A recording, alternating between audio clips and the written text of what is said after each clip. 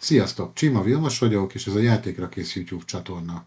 Én a szólójátékokért vagyok felelős, és a mai napon a Kickstarterek.hu segítségével egy olyan játékot hoztam el nektek, ami a vadnyugatra fog visszavinni bennünket, egy roll and ride game, neve pedig az, hogy Pioneer Rails.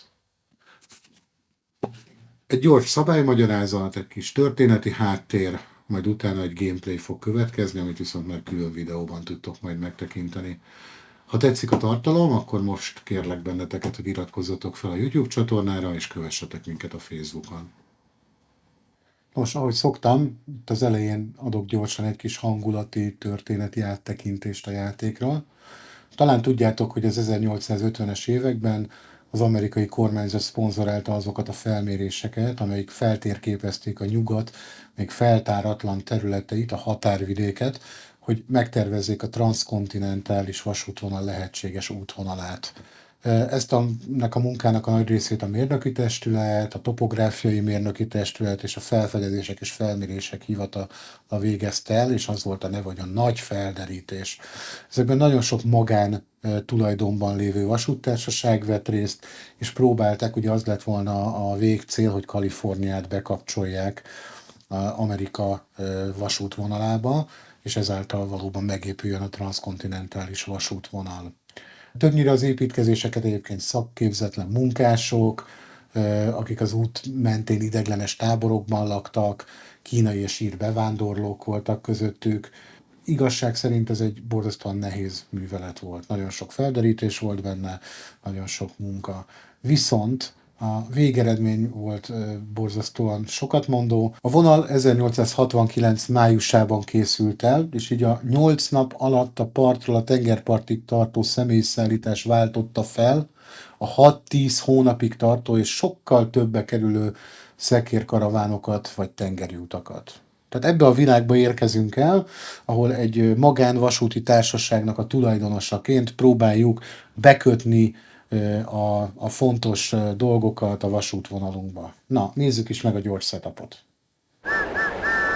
Itt láthatjátok a gyors setupját a szólójátéknak. Megpróbálom gyorsan bemutatni, ez egy borzasztóan egyszerűen setupolható játék. A játék maga sem lesz túlságosan nehéz. Első körben vannak ugye a pókerkártyák, ebben a Kickstarter Editionben benne van egy Jokeres mini kiegészítő. Én ezt belekevertem, mert szerintem borzasztóan egyszerű a szabálya, és miért nem mutatnám meg ezt is. Tehát először is összekeverjük a pókerkártyákat, és letesszük a póker helyre, illetve a kártyák helyére. Vannak különböző feladatkártyák, ezek háromféle feladatkártyát lehet látni. Az egyiken a sheriff van, a másikon egy patkó, a harmadikon pedig egy vonat maga. Alapvetően ebből egyet-egyet fogunk kiválasztani, illetve a szólójátékban nehézséget beállítva még mellé lehet tenni kártyákat, és a végén ez fogja megadni, hogy milyen nehézségi szinten játszottuk, és ez fogja beállítani azt is, hogy milyen számértéket kell tulajdonképpen meghaladnunk a játék végére, hogyha győzni akarunk a játékban. Ezt a részét én most nem fogom majd nektek bemutatni, a gameplaybe viszont igen. Tehát alapvetően megfogjuk először a sheriff kártyákat, ezeket külön-külön összekeverjük, egyet húzunk belőle, kitesszük, ez lesz. A többire nincs szükség, félretesszük. Következő, ugyebár nem más, mint a patkókártyák, és mindegyik más és más, megint csak megkeverjük, egyet kiválasztunk, és letesszük. A harmadik szintén nem más, mint a vonatkártyák, megkeverjük, egyet választunk, és kitesszük. Ezek lesznek a játék közben a feladataink.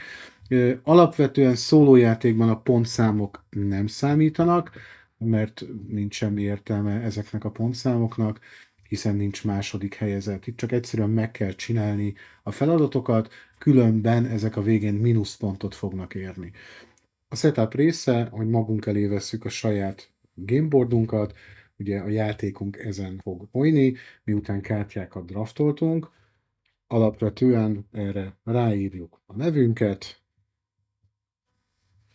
és kezdődhet a játék. Most pedig a játék szabályait fogom ismertetni a teljesség igénye nélkül. Ez egy borzasztóan egyszerű játék egyébként, gyorsan lehet vele haladni. A solo play egy kicsit más, mint a normál több szereplős játék, ezért szeretném megmutatni nektek, hogy például a kártya draftolásban mi a különbség. Mindig kártyákat draftolunk az elején, a kártya fogja meghatározni a pókerkezünket, és azt a szint, illetve formát, ahonnan vagy folytatjuk, vagy kezdjük a vonatunk vonalát építeni. A játék célja, hogy minél több dolgot bekapcsoljunk tulajdonképpen a vonathálózatunkba, mindenért pontot fogunk kapni. Hogy is néznek ki ezek a pontozások? Itt azt látjuk, hogy amikor egy vonat sínt építünk, akkor a hexagonok mentén indítjuk el a vonat síneket. Itt például azt látjuk, hogy ahhoz, hogy ezt az aranybányát bekapcsoljuk a vonathálózatunkba, a hexagon egy oldalát kell bekapcsolnunk. Hogyha szeretnénk a pókerszalont bekapcsolni, ennek két oldalát kell bekapcsolni. Ha például magát egy vonat állomást szeretnénk bekapcsolni, akkor ennek három oldalát a hexagonnak kell kijelölnünk, de nyilván csak folyamatos úttal tudunk haladni. Nagyon fontos, hogy ahogy haladunk majd a vonatpályánkkal, leágazásokat nem tehetünk bele, bármikor folytathatjuk, viszont akár ugyanabból a színből vagy formából más irányba is elindulhatunk. Tehát például tökéletesen valid, hogyha azt mondjuk, hogy egy és egy, kettő. Ezzel két aranybányát is megfogtunk, ami úgy történik, hogy bekarikázzuk, kihúzzuk itt az aranyakat, és a score sheetünkön bekarikázzuk a két aranyat. Tehát ez ennyire borzasztóan egyszerűen működik a játék.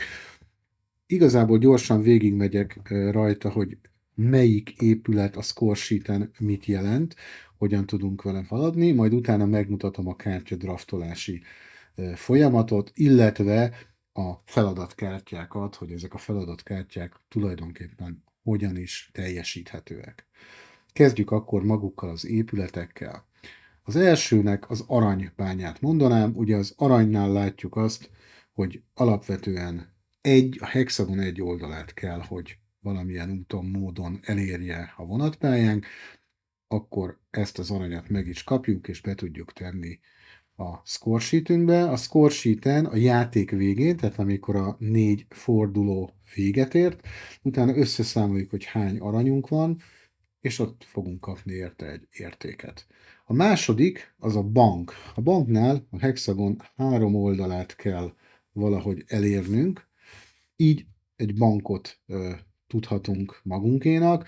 A bank úgy működik, hogy maximum 4 aranyunk van, akkor ezeket az aranyakat áthúzzuk, át tudjuk tenni a bankba, és az első bank bekapcsolásánál az aranyértékét 2-vel szorozzuk, a második banknál 3-mal szorozzuk, a harmadik banknál 4-jel fogjuk megszorozni, majd a játék végén ennek a szumma, azaz az összértékét fogjuk beírni ide. A harmadik az maga az erődítmény. Az erődítménynél ott 4 hexa oldalt kell becsatlakoztatnunk a vonathálózatunkba, és ezért az első becsatlakoztatása után 4 pontot kapunk, ha 2-t, akkor 12-t, ha 3-at, akkor 24-et.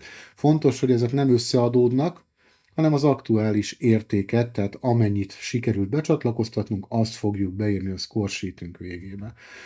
A negyedik az a marha farm. A marha farm az egy érdekes történet, ugyanis azt nem bekapcsolni kell, hanem kizárni a vonathálózatunkkal. Ahány marha farmot sikerül kizárnunk, annyi pontot fogunk kapni, illetve ez ugyanúgy működik, mint az erődítmény, hogy szépen marha farmonként haladunk felfelé a számsoron, és amit elérünk, azt fogjuk beírni a végére. Hogy tudunk kizárni egy marha farmot?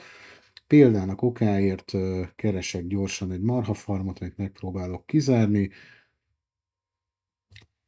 Azt mondom, hogy ha a vonatom így halad, akkor ezt a marhafarmot kizártam a vonathálózatból. Ez a marhafarm, ez nincs kizárt, tehát ezért 2 pontot kapnék. A következő az nem más, mint maga a vonatállomás. A vonatállomás bekötésével tulajdonképpen a városok fognak nekünk szorzókat adni. Ahány vonatállomást bekötünk az úthálózatunkba, akkora lesz a szorzónk, és a végén a vonatállomásokhoz csatlakozó városok számát fogjuk megszorozni azzal a szorzó értékkel, ahány vonatállomást becsatlakoztattunk az úthálózatunkba. A végén erre szintén ide beírjuk a pontszámunkat. Az utolsó az maga a város, hogyha egy várost becsatlakoztatunk, akkor bekarikázzuk, és a végén összeadva ezekből fog kikerülni egy szám. Ami még nagyon fontos, hogy ugye rögtön úgy indulunk, hogy egy városunk van, itt van egy úgynevezett idézőjelvetett csalási lehetőség. Bármikor a játékunk során úgy dönthetünk, hogy ezt a várost mi áthúzzuk, és akkor van 5 lehetőségünk a csalásra. Az 5 lehetőség közül az egyik, hogy hidat építünk a folyón keresztül, a másik, hogy a sziklákba, tehát a sziklákon, ahol nincs út, alagutat építhetünk. A harmadik, hogy amikor draftolunk kártyát, a kártya színét megváltoztathatjuk, és nem onnan folytatjuk majd a vasúthálózatunkat, hanem egy megváltozott színnel. A negyedik az, hogy keresztbe húzzuk, tehát hogy egy átlós pályát tudunk húzni, ez is nagyon hasznos tud lenni. Úgyhogy én azt gondolom, hogy ezek talán a legfontosabb szabályok, illetve még azt elmondanám, hogy ha becsatlakozunk egy városba, itt ez a vonal nem mehet tovább. Tehát a várost nem tudjuk utána tovább folytatni. Ad abszurdum, hogyha példának okáért eljutottunk ide, akkor ez a vonathálózat itt megállt. Innen folytathatjuk, vagy egy másikat folytathatunk, de innen nem mehetünk tovább. Illetve egy város feláldozásából esetleg azt megtehetjük, hogy egy leágazást nyitunk, ugyanis ez a 6. lehetőségünk. Nagyjából ezek az alapszabályok, most nézzük meg, hogy történik a kártya draftolása. A kártya draftolása nagyon egyszerű szintén, szóló szabályt mondom. A szóló szabályban a legfelső paklikártyát felhúzzuk, megnézzük, ez a számolás miatt érdekes, lehet, hogy utána a pókerkezünket a végére ki tudjuk számolni, ezt félre is tesszük, lefordítva, majd 2 kártyát kiválasztunk. Ez lesz itt most a káró 10-es és a pik jund. Amelyik kártyát választom, abból a színből mehetek tovább, vagy kezdhetek új pályavonalat építeni, és mellette, ha a jundot választom, akkor a fordulóban az első kockába a jundot fogom beírni, ebből fog a végén ugye kijönni az a póker kéz. Itt gyűjtünk párt, 2 párt, drill, full, sor, avagy póker, ezek a tehát, hogy így szépen a pár 1-et ér, a 2 pár 2-t, a drill 3-at, a full 4-et, a sor 5-öt, a póker 6-ot fog érni, és hogyha póker, azaz kaszinót be tudunk csatlakoztatni, akkor egy 2-szeres szorzót kapunk a végére. Amikor egy forduló véget ér, akkor ezt a számot fogjuk tudni beírni ebbe a kockába. A játékban, hogyha szólóban játszunk, akkor lényegében a küldetéskártyát ugyanúgy meg kell csinálnunk, de nem azért, mert plusz pontot kapunk érte, szólójátékban ezeket nyugodtan át is húzhatjuk, hanem azért, mert ha nem csináljuk meg, akkor a végén ezek mínuszpontokat fognak érni. Alapvetően ennyi a játék. Tulajdonképpen, amikor vége a játéknak, tehát vége volt a 4 fordulónak, akkor összeadjuk az összes pontot, beírjuk a végeredményt, és a nehézségnek megfelelő célszámot kell meghaladnunk, vagy elérnünk ahhoz, hogy megnyerjük a játékot. Ennyi ez a játék, ennyi ez a játékszabály. Szerintem zseniális, gyors, szólóban is tök jól játszható, de egyébként társaságban is. Ugye már az elején elmondtam, hogy azt írják, hogy akár 100-an is lehet játszani, akkor is elmondtam, hogy ez egy kicsit soknak tűnik, de 3-4 vagy akár 6 emberre is ez a játék tökéletesen működik. Nekem szólóban is remek jó kis órákat szerzett.